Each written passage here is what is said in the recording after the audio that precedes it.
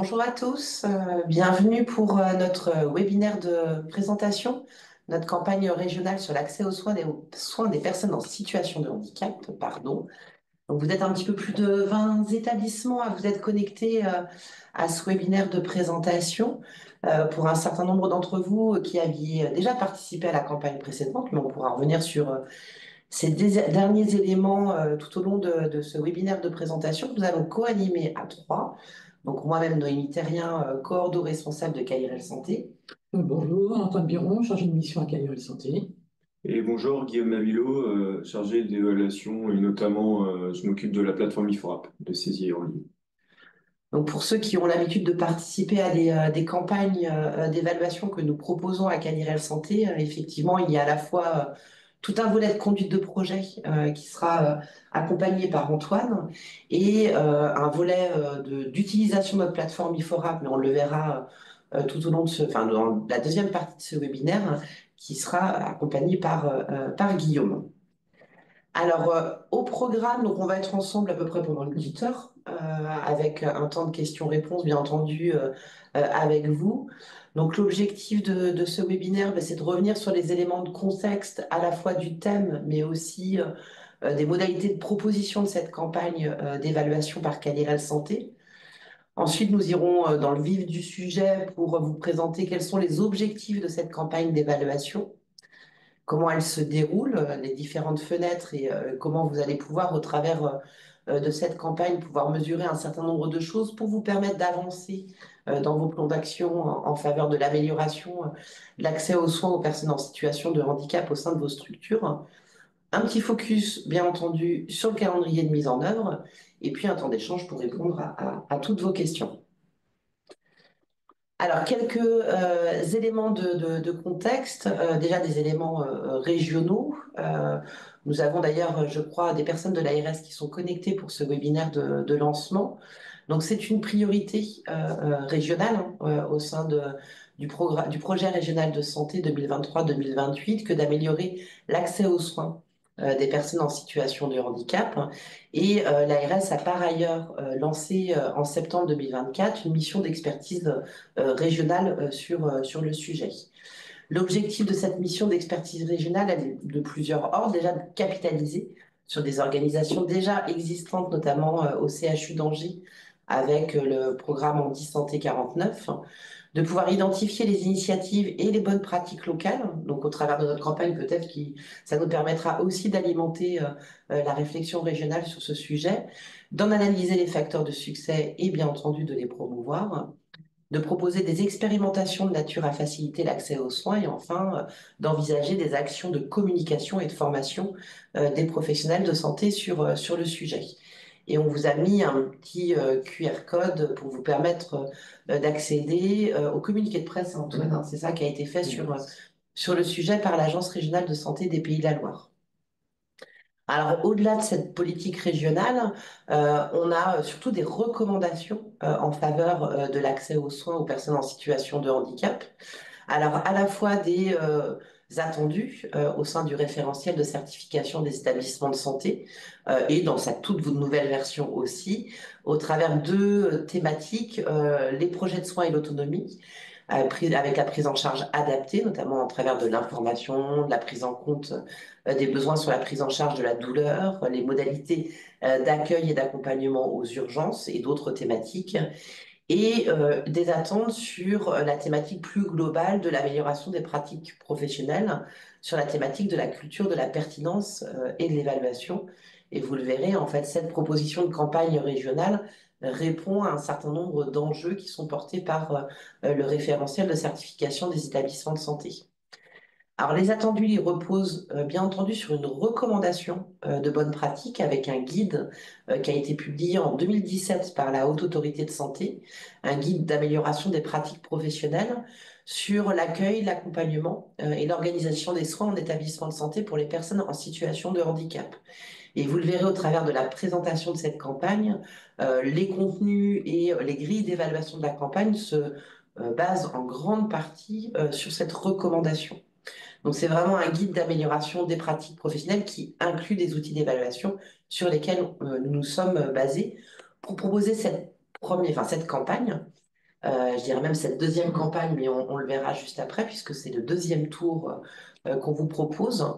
Au-delà d'améliorer et de s'interroger sur ces pratiques, sur l'amélioration de l'accueil et de l'accès aux soins des personnes en situation de handicap, c'est un enjeu aussi pour prendre en compte l'expérience de cette population d'accueil, puisque la prise en compte de l'expérience de tous les patients pour améliorer la qualité, la sécurité et la pertinence des soins va permettre, entre autres, de prendre attache de la population des personnes en situation de handicap et de s'attacher vraiment sur ce qui compte vraiment pour le patient. Et ainsi, c'est des attentes fortes de l'OMS de faire de son vécu individuel un levier d'amélioration de la qualité des soins et des pratiques professionnelles.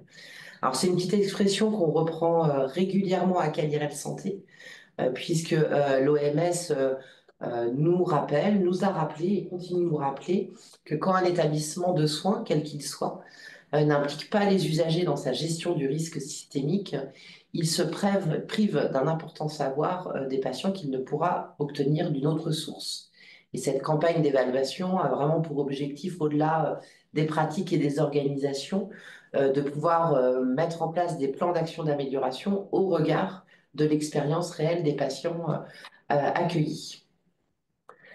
Alors, le sujet plus globalement de l'expérience patient, comme vous le savez sans doute, Calirel Santé s'en est emparé depuis de nombreuses années, puisqu'on a de nombreux travaux qui ont été menés en région par Calirel Santé sur ces sujets-là, avec les établissements, mais aussi avec les usagers, qu'ils soient représentants d'usagers, associations de patients et patients ou personnes accompagnées, tout simplement.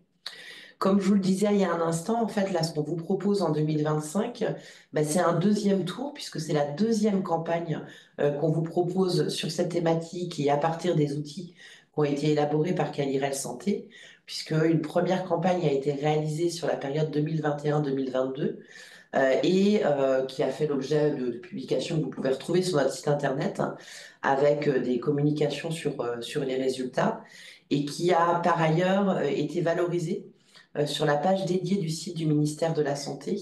Il y a une page qui est dédiée aux initiatives en faveur de l'amélioration de l'accès aux soins aux personnes en situation de handicap. De la même manière, on vous a mis le petit lien qui présente les travaux et les ressources qui sont disponibles en région Pays de la Loire. Alors, l'expérience patient, et c'est important pour nous de s'appuyer sur ce sujet, on le sait, qu'un usager qui est impliqué, c'est un usager qui est mieux soigné.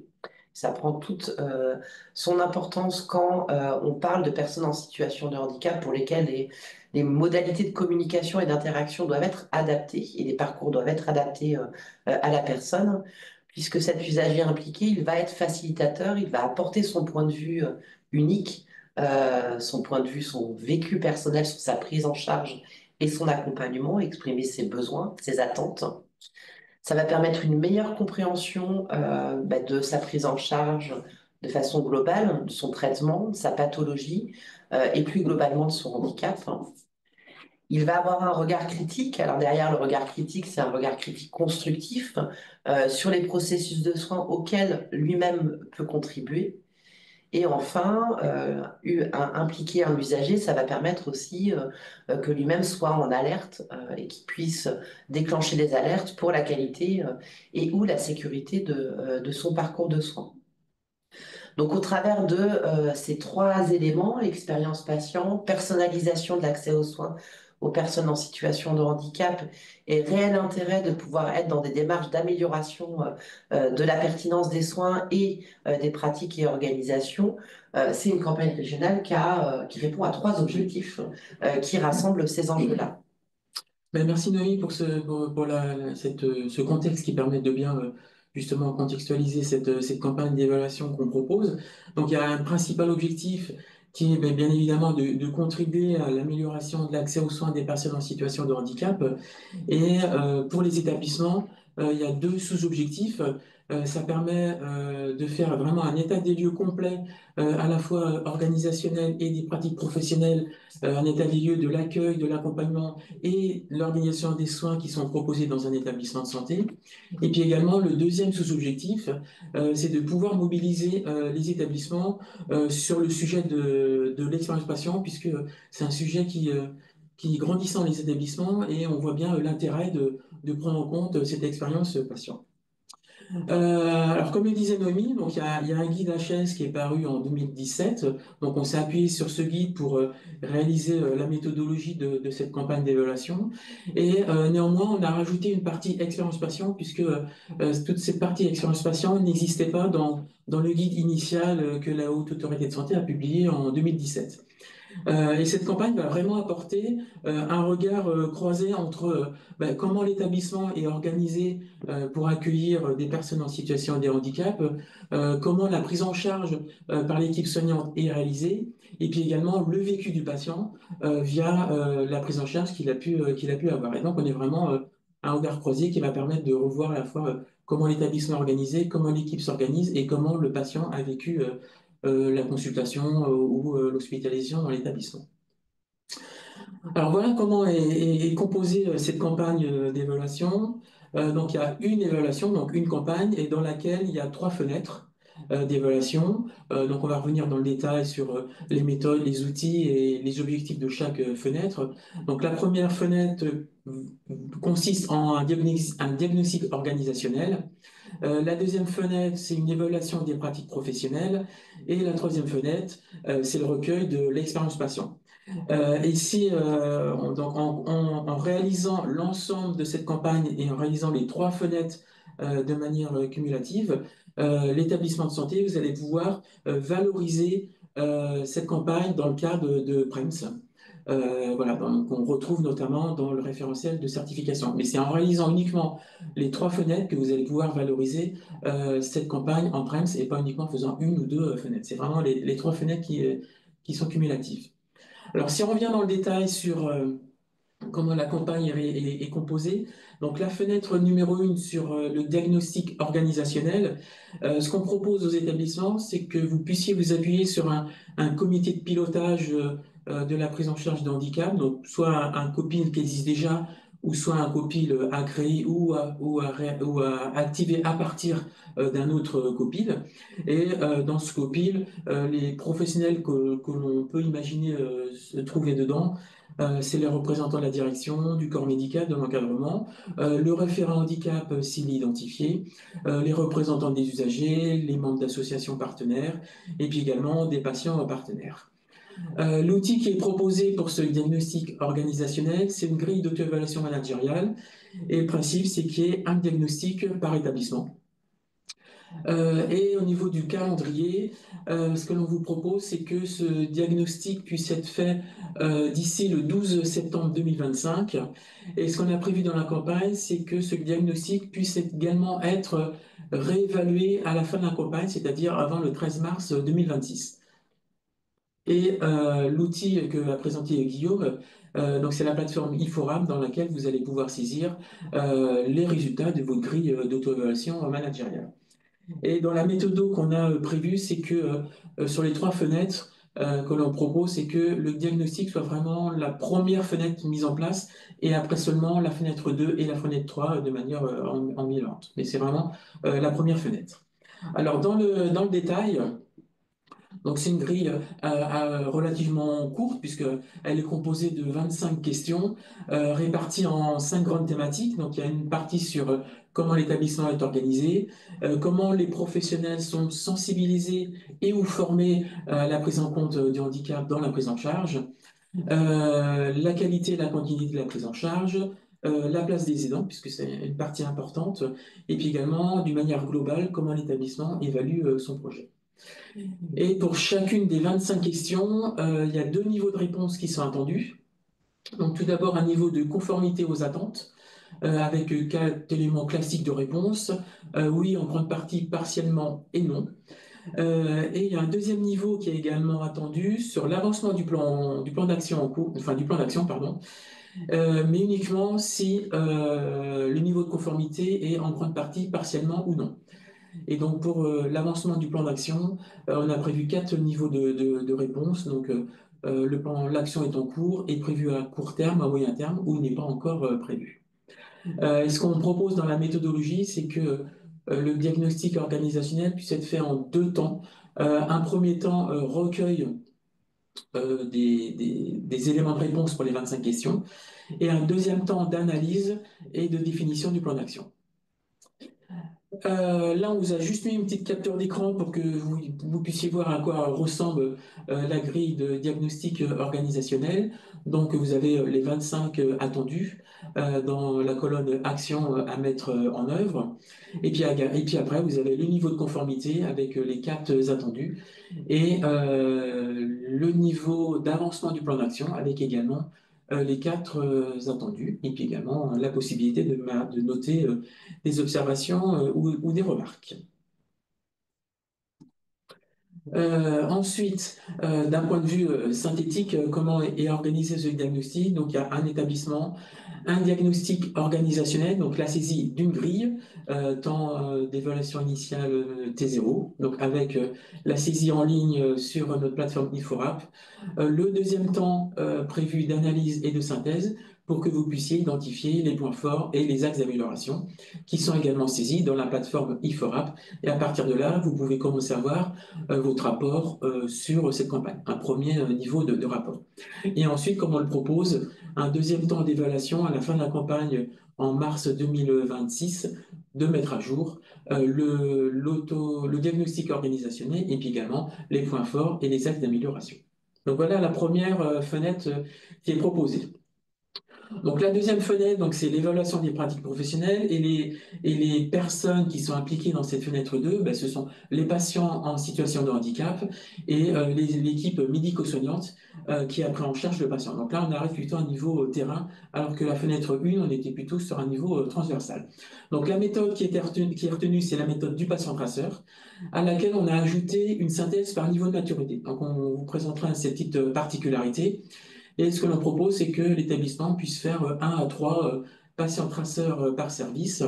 Et au niveau du calendrier, c'est que ces évaluations par patient traceur soient faites avant le 13 mars 2026. Donc toujours le commun de toutes ces fenêtres, c'est la plateforme IFORAP. Et là, un patient traceur réalisé correspondra à une grille saisie dans la plateforme avec 2 colonnes, avec des données pour le patient et des données pour l'équipe soignante. Et pour chaque patient qui sera vu dans cette méthode de patient traceur, il y a également une fiche de présentation du profil du patient avec le type de handicap, le lieu de provenance du patient, l'âge, la présence de l'aidant, le parcours et la chronologie du parcours. Alors, comme c'est une grille de patient traceur, il y a énormément d'attendus et énormément de questions qui sont traduites. Donc, il y a 74 questions qui sont proposées dans la grille et qui sont réparties en 17 axes. Et ce qu'on a prévu dans la campagne, c'est que chaque établissement puisse définir son propre périmètre d'évaluation. Donc là, les 17 axes correspondent à l'ensemble du périmètre en commençant par les échanges préalables jusqu'à la préparation de la sortie. Mais au sein de vos établissements, vous pouvez choisir parmi ces 17 axes ceux sur lesquels vous souhaitez vous évaluer. Donc si vous faites les 17 axes, il y aura 74 questions.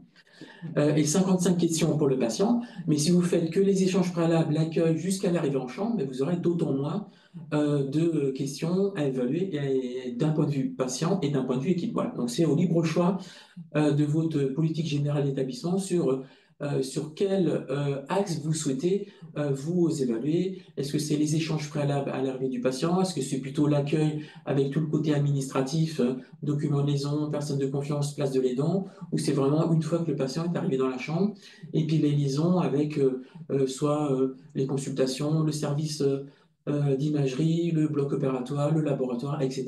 et jusqu'à la sortie. Voilà. Donc vous choisissez vraiment à la carte cette partie de fenêtre 2 sur l'évaluation des pratiques professionnelles. Et comme on l'indiquait dans le petit encart, donc il y a 74 questions pour l'équipe, 55 pour le patient, avec des questions qui sont justement applicables qu'à l'équipe, mais vous choisissez en fait les questions sur lesquelles vous souhaitez vous évaluer. Donc à quoi ressemble cette grille de patient traceur? Donc on a mis 4 niveaux de réponse, pardon, donc oui, le classique oui-non, et puis également on a prévu des cas de figure où l'élément d'évaluation n'est pas évalué ou est non évaluable, puisque il se peut que pendant que vous faites ce patient traceur, des patients ne soient pas aptes à répondre à toutes les questions, donc il faudra adapter la méthodologie, donc c'est pour ça qu'on a prévu non évaluables et puis également des champs non applicables, puisque sur les 74 questions, vous n'allez pas faire l'ensemble des 74 questions. Donc voilà à quoi ressemble schématiquement cette fenêtre numéro 2. Donc il y a un établissement qui s'engage dans la campagne. Vous allez saisir autant de grilles dans IFORAP que vous allez réaliser de patients traceurs. Donc vous réalisez 3 patients traceurs, vous allez saisir 3 grilles dans la plateforme IFORAP. Et à partir de là, vous allez pouvoir, avec l'équipe qui est engagée dans ce patient traceur, de pouvoir, comme dans la méthode de patient traceur classique, organiser un temps d'analyse et de synthèse. Donc vous aurez la plateforme IFORAP va vous proposer une synthèse graphique pour vous aider à faire cette synthèse, enfin se faire ce temps d'analyse et de synthèse. Et une nouveauté qu'on a rajoutée par rapport à la méthode de patient traceur classique, vous allez devoir saisir un niveau de maturité, mais lui concernera l'ensemble des patients traceurs. Donc si vous faites 3 patients traceurs, il y aura 3 grilles de saisie dans IFORAP. Par contre, il y aura une seule grille de saisie sur le niveau de maturité. Et après, classiquement, d'intégrer les points forts et les axes d'amélioration dans le plan d'action en commun. Donc, si on zoome sur cette nouveauté sur le niveau de maturité, comment on l'a conçu, en fait, on a conçu le niveau de maturité selon les 17 axes. Donc, comme je vous l'ai dit tout à l'heure, il y avait 17 axes et 74 questions. Et le niveau de maturité va porter uniquement sur les 17 axes.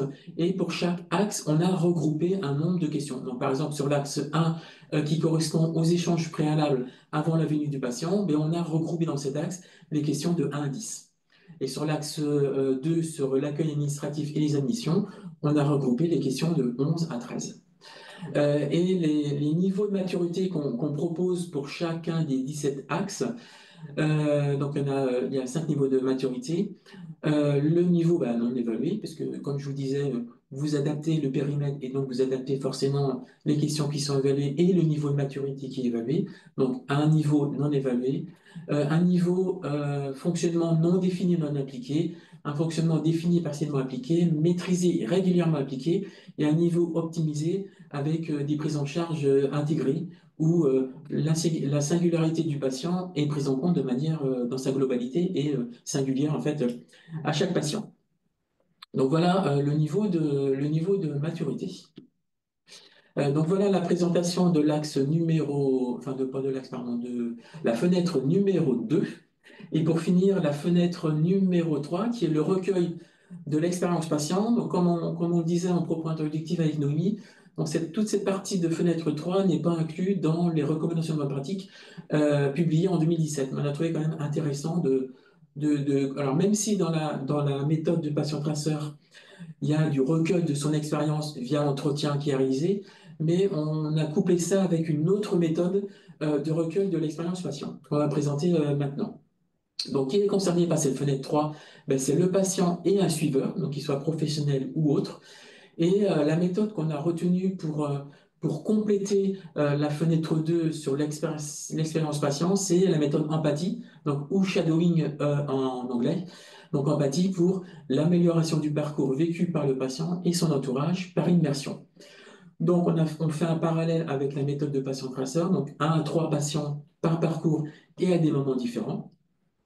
Et comme pour la méthode de patient traceur, on a prévu une évaluation avant le 13 mars 2026.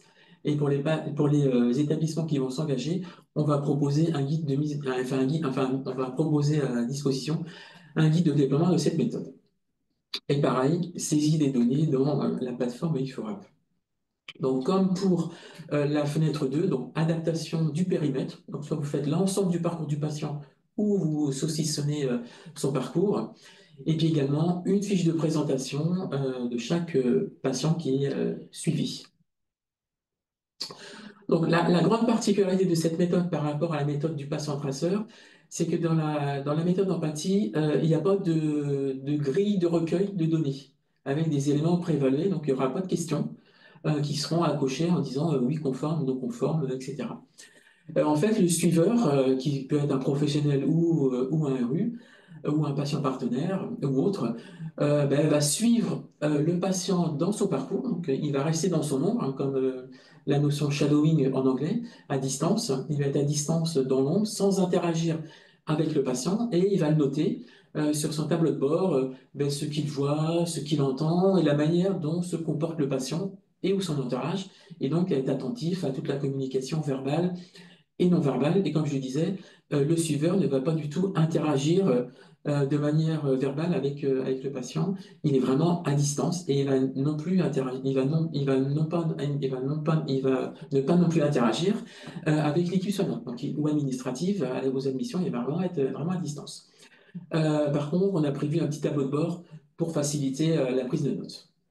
Et pour les établissements qui vont s'engager, on va proposer en septembre 2025 une causerie à peu près d'une heure pour vraiment aller dans le détail de cette méthode avec les points de vigilance, les points de réussite pour vraiment vous accompagner dans cette méthode d'empathie pour ceux qui ne l'ont pas encore testée et déployée dans les établissements.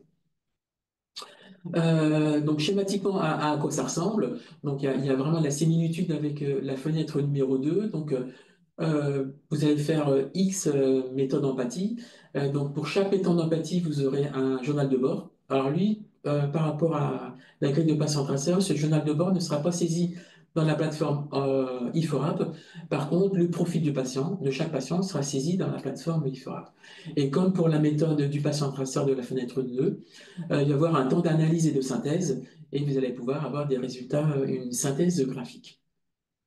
Et pour garder vraiment une symétrie entre l'évaluation des pratiques professionnelles et le déploiement de la méthode d'empathie, après ce temps d'analyse et de synthèse, vous aurez également à déterminer le niveau de maturité pour l'ensemble des empathies. Donc si vous faites 3 méthodes d'empathie, donc vous aurez 3 journaux de bord, 3 profils patients, mais vous aurez un seul niveau de maturité qui sera saisi également dans IFORAP, et puis également la saisie des points forts et des axes d'amélioration dans la plateforme IFORAP. Sur le niveau de maturité, donc on a gardé le même principe que la fenêtre numéro 2. Donc on retrouve les 17 axes. Donc là, on a pris l'exemple de accueil administratif, admission, et puis l'axe personne de confiance. Par contre, comme je vous disais, il n'y a pas de questions qui sont prédéfinies qui puissent vous aider à faire cette évaluation. On a mis des mots-clés pour vous aider à repérer ce qu'on mettait dans les 17 axes. Donc voilà. Et puis au niveau du niveau de maturité, on a 5 niveaux de maturité avec un niveau non évalué, un niveau intégré où le patient est pris de manière singulière, l'expérience patient est prise en compte et régulièrement intégrée aux pratiques professionnelles, l'expérience patient est prise en compte mais partiellement intégrée aux pratiques professionnelles, et enfin le niveau le plus minimum, l'expérience patient n'est pas prise en compte dans les pratiques professionnelles. Voilà. Je crois qu'on en a fini pour... Ah ben non, juste un petit récapitulatif global de comment s'articule la campagne. Donc vous voyez bien les 3 fenêtres en parallèle. Donc le diagnostic avec une grille de recueil dans la plateforme, un temps d'analyse et la détermination des points forts et des axes d'amélioration. La fenêtre 2, évaluation des pratiques professionnelles avec la méthode du patient traceur. Donc, autant de patients traceurs que de grilles de recueil dans IFORAP, un temps d'analyse et de synthèse, et la saisie d'un seul niveau de maturité pour l'ensemble des patients traceurs. Et la méthode d'empathie, un journal de bord qui n'est pas saisi dans IFORAP, un temps d'analyse et de synthèse avec les équipes, et la saisie d'un seul niveau de maturité dans la plateforme IFORAP. Et pour les 3 fenêtres, la saisie des points forts, des axes d'amélioration dans un seul plan d'action commun. Et la particularité de la fenêtre 1 sur le diagnostic, on propose également une deuxième évaluation avant la clôture de la campagne qui est prévue en mars 2023. Et pour vous aider à vous repérer, pour chaque fenêtre, il y a une couleur qui est dédiée, donc orange, verte et bordeaux. Et donc, vous allez retrouver ces 3 couleurs sur l'ensemble des documents, à la fois dans le guide méthodologique qui vous sera fourni, et à la fois sur la plateforme IFORAP, pour que vous puissiez vous repérer assez facilement. Et ce qu'on peut préciser, Antoine, c'est que dans la campagne, si vous vous engagez dans la campagne, le diagnostic organisationnel est obligatoire. Oui. Les patients traceurs et les empathies non obligatoires, on vous invite fortement à les faire. Et si vous voulez valoriser la démarche comme une démarche PREMS, ce recueil d'expérience patient, il sera indispensable de faire les 3 volets. Mais le fait de ne faire que le diagnostic organisationnel n'est pas limitant à vous engager dans la démarche. Bien au contraire, vous pouvez faire le choix d'avoir un autre calendrier que celui qu'on vous propose. Même si vous l'aurez remarqué, on a un calendrier quand même assez souple et assez étalé dans le temps pour vous permettre de pouvoir mobiliser les patients traceurs et la méthode empathie dans des délais, on va dire, acceptables pour organiser les choses et recueillir les modalités. Et pour compléter ce que tu dis, Noémie, donc vous choisissez le nombre de fenêtres que vous souhaitez faire. Et sur les méthodes de patient traceur, vous choisissez également votre périmètre et donc, par conséquent, le nombre de questions que vous allez évaluer. Donc, c'est vraiment une campagne clé en main, mais pour valoriser ça au titre d'un prêt, il faut faire l'ensemble de la campagne avec les 3 fenêtres pour que ça puisse être valorisé. Donc, je pense qu'on en a fini avec la présentation de la campagne et on va passer la parole à Guillaume pour le point IFORAP. Ouais, juste je vais être assez bref parce que je pense que pas mal d'entre vous ont déjà entendu au moins parler de la plateforme IFORAP. Donc, c'est une plateforme de saisie en ligne dans laquelle on intègre justement les outils d'évaluation, donc comme pour cette campagne. Donc, c'est une plateforme sécurisée sur laquelle on a accès à partir du site internet de Caliral Santé. Donc, c'est une plateforme sécurisée, c'est-à-dire que à l'issue de votre engagement, de l'engagement de votre établissement, nous allons vous créer un compte s'il n'est pas déjà existant sur cette plateforme et vous donner des accès sécurisés pour que vous puissiez avoir du coup accès à l'outil d'évaluation en ligne. Donc, il va vous permettre de saisir vos données et d'avoir vos restitutions sous forme de synthèse de résultats comme vous a présenté Antoine. Donc, de la même manière que est construit cet outil, il y a bien les 3 fenêtres qu'on retrouve. Donc, nous avons 3 outils en ligne sur cette plateforme une fois qu'on vous a octroyé les droits.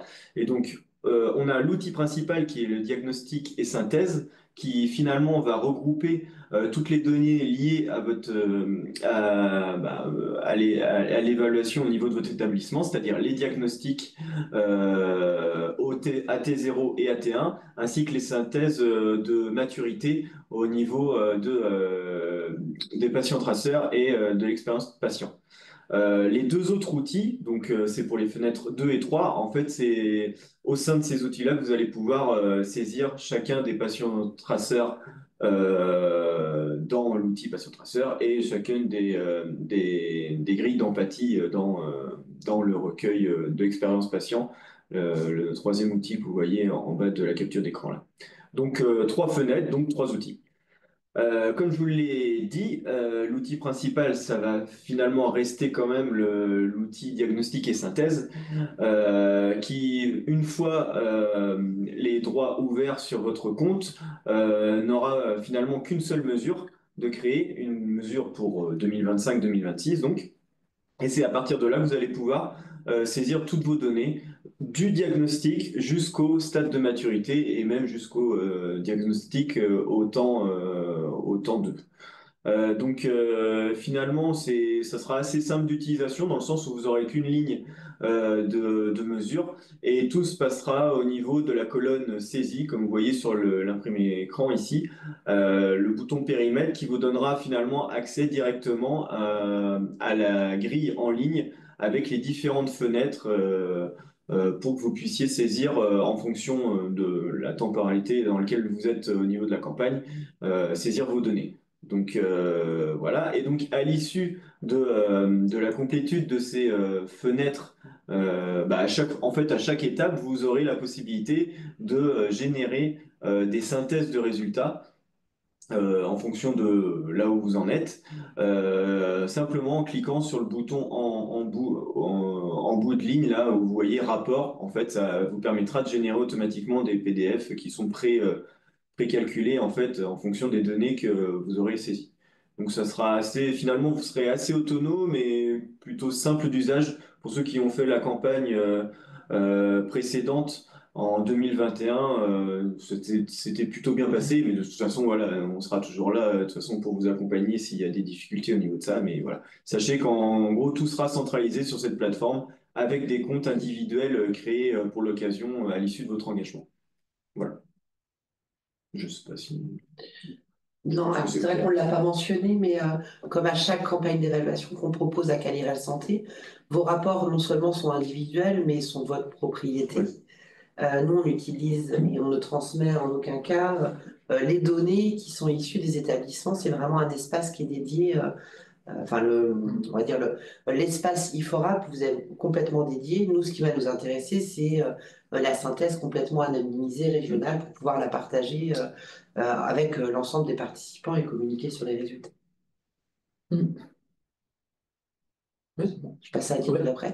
Alors, le calendrier, parce que j'en ai parlé au fur et à mesure, mais là, c'est pas une vision globale. Donc, aujourd'hui, on présente la campagne et vendredi, on va envoyer le replay et le diaporama à l'ensemble des établissements de la région, dont ceux qui sont inscrits au webinaire aujourd'hui, et on laisse jusqu'au 13 juin 2025 pour que chaque établissement choisisse ou non de s'engager dans cette campagne pour que vous puissiez en discuter avec vos usagers, avec la CME, la direction et l'encadrement, etc.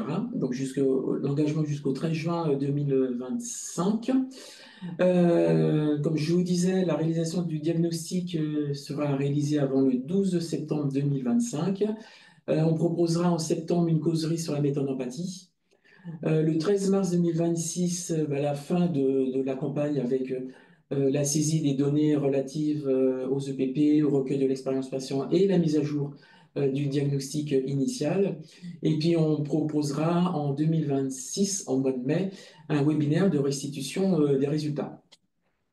Donc juste revenir sur l'engagement, donc on vous laisse jusqu'au 13 juin pour vous engager, mais si déjà vous êtes partant et vous nous renvoyez votre lien d'engagement d'ici 10 jours, Guillaume va vous ouvrir les droits tout de suite et vous pourrez déjà prendre connaissance des outils et commencer à travailler et pourquoi pas faire le diagnostic dès le mois de juin. Voilà, donc dès qu'on reçoit l'engagement de votre part, on vous ouvre les droits, on vous envoie tous les documents, le guide méthodo, l'ouverture à la plateforme IFOA pour que vous puissiez tout de suite prendre connaissance de la grille complète et de commencer à travailler la mise en œuvre de cette campagne. Voilà. Donc c'est vraiment des dates butoirs, mais vous pouvez largement anticiper les différentes fenêtres.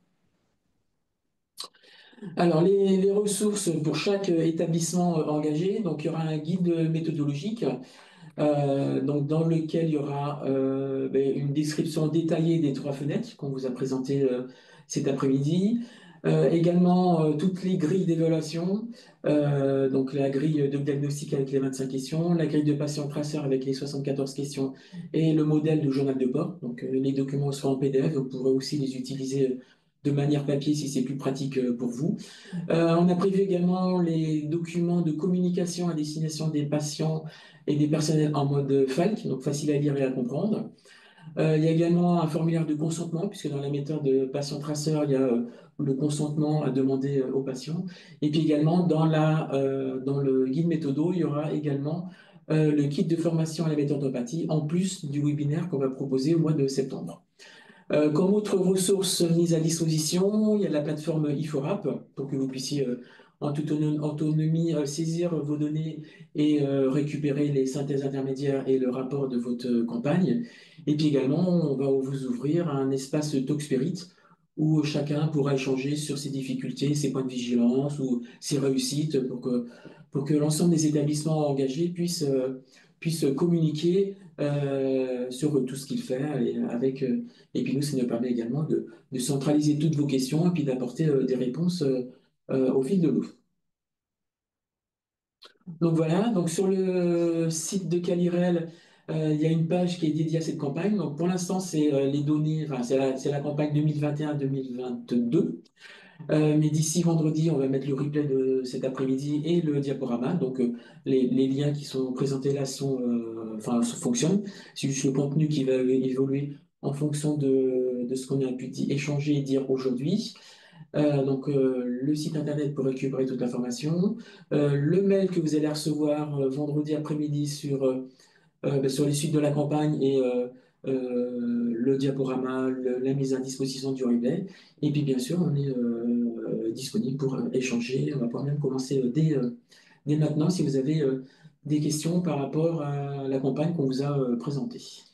On va départager notre écran pour que ce soit plus simple dans l'interaction. Et puis, ce qu'on vous propose, c'est d'ouvrir vos caméras pour que on puisse aussi voir vos visages. Et puis, n'hésitez pas à ouvrir vos micros ou si vous avez des difficultés à envoyer un petit chat. Ce qu'on n'a pas précisé, c'est qu'on prévoit déjà de communiquer quand même sur la campagne, puisqu'il y a la journée Oui, internationale des personnes en situation de handicap qui est le 3 3 décembre. décembre. Euh, donc c'est aussi une belle occasion pour valoriser les établissements qui sont engagés dans cette campagne. On prévoira ce jour-là de faire Une voilà, communication. une com de valorisation des travaux qui ont pu être menés dans les différents établissements. Et ça peut être aussi l'occasion pour vous de mettre en avant les actions que vous portez pour faciliter l'accès aux soins aux personnes en situation de handicap.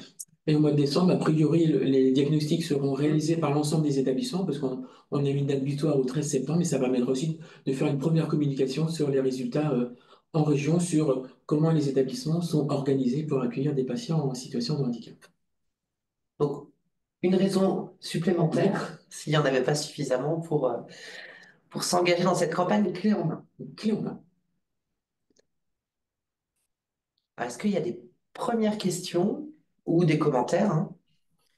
Oui, bonjour Virginie Bourriot de la clinique du Pré au Mans. Bonjour. Bonjour. J'avais une question, il faut faire un minimum de combien de patients traceurs et empathie pour que ça soit valide en fait. Il y a un minimum à faire ou on peut en faire Alors, il y a un idéal, et puis après, Oui, c'est ça. il y a la vraie vie. Non, idéalement, alors ça dépend des parcours que vous choisissez, bien Oui, entendu. Mais idéalement, si vous réussissez à faire 2 à 3 patients traceurs, c'est plutôt bien. 2 à 3, d'accord. Ouais. Euh, Après, tout dépend vraiment des objectifs. Si derrière les patients traceurs, vous avez aussi un objectif d'accompagner la sensibilisation des professionnels, Mm. il peut y avoir un choix stratégique d'en faire davantage. Après, c'est pas la quantité qui fera la robustesse des résultats, c'est plus le périmètre que vous allez choisir et les questions que vous allez apporter. Mais il est certain qu'un seul patient traceur sera très certainement insuffisant pour en faire des constats généralisables. Oui, c'est ça, il faudrait minimum 3, je pense, pour dans chaque. Mm. Et puis après, suivant les handicaps aussi qu'on choisit d'étudier. Tout à fait, Mm. exactement. Mhm. D'accord. Et donc, du coup, là, on va refaire le diagnostic organisationnel. On l'a déjà fait, nous, cette campagne en 2021. Et du coup, nous, est-ce qu'on peut avoir un suivi par rapport à 2021, une comparaison des deux ou pas, campagne? Oui, oui, oui.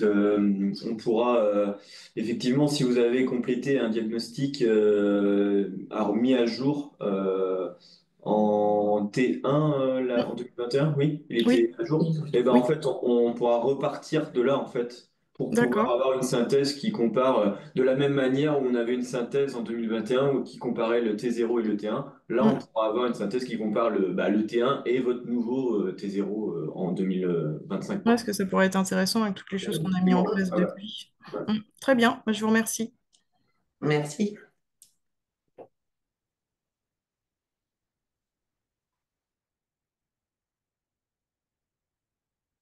Il y a d'autres questions, commentaires, où Antoine a été hyper clair, mais Tout le monde. Ah, Bonjour. Alors moi, je bonjour. suis Christelle Girodino, je suis référente handicap au centre hospitalier Loire-Vendée-Océan de Challans.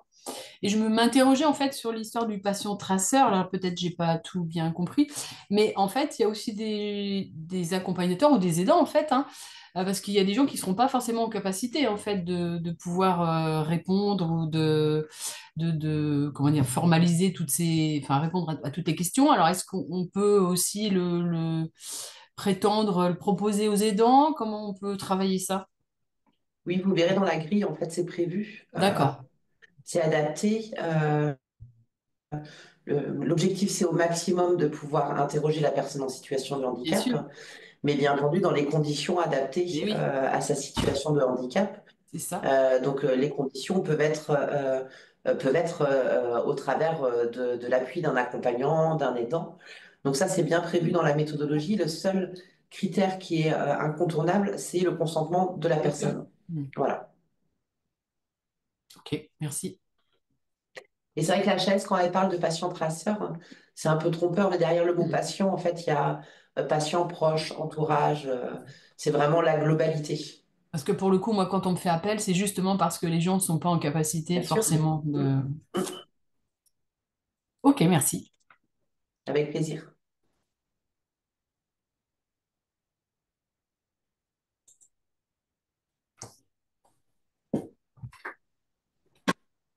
bien, j'ai Ouais, l'impression qu'il n'y a pas davantage de questions. Ouais. Estelle, référente handicap, bonjour. Ah non, un coup de fil. On va lui couper le micro. Hop, voilà. De toute façon, vous aurez le replay, comme le Oui, précisait vendredi. Antoine. C'est un calendrier qui est assez souple. Vous aurez pu remarquer qu'on met le diagnostic organisationnel au 15 septembre, donc il y a une stratégie à deux niveaux. Soit vous réussissez à le faire avant l'été, soit c'est au retour des congés estivaux. C'est un calendrier qui est assez souple, mais c'est surtout pour vous permettre euh, pour nous permettre, vous, de faire un retour collectif des dynamiques qui sont en place. Et puis vous, bah, de pouvoir préparer les éléments pour accompagner les équipes et au niveau institutionnel, en sachant que les trois fenêtres vont pas mobiliser les mêmes ressources, hein. Le diagnostic organisationnel, c'est presque le plus simple, hein, puisque vous avez besoin de réunir votre comité de pilotage deux fois, une fois pour faire le diagnostic et la deuxième fois pour votre plan d'action, alors que les patients traceurs et la méthode empathie, ça va nécessiter plus de l'organisation, notamment avec les équipes de soins et avec les patients. Dans tous les cas, on vous accompagne. Antoine, sur la plateforme, sur la conduite de projet, sur la IFORAP. Et puis, on est à votre disposition. Poser des questions. Si en présentant la campagne dans vos établissements, vous avez des questions qui surgissent, ben, n'hésitez pas à nous contacter pour qu'on puisse apporter au mieux des éléments de réponse. Et deux mots-clés à retenir, hein, l'intégralité de la campagne, c'est valorisable en matière de PREMS, d'expérience patient, et la méthodologie répond aux enjeux d'évaluation de la pertinence et de l'amélioration des pratiques professionnelles. Coup double. Coup double. Eh bien, on vous souhaite une bonne une bonne deuxième partie d'après-midi et à très bientôt. À bientôt. Merci, au revoir.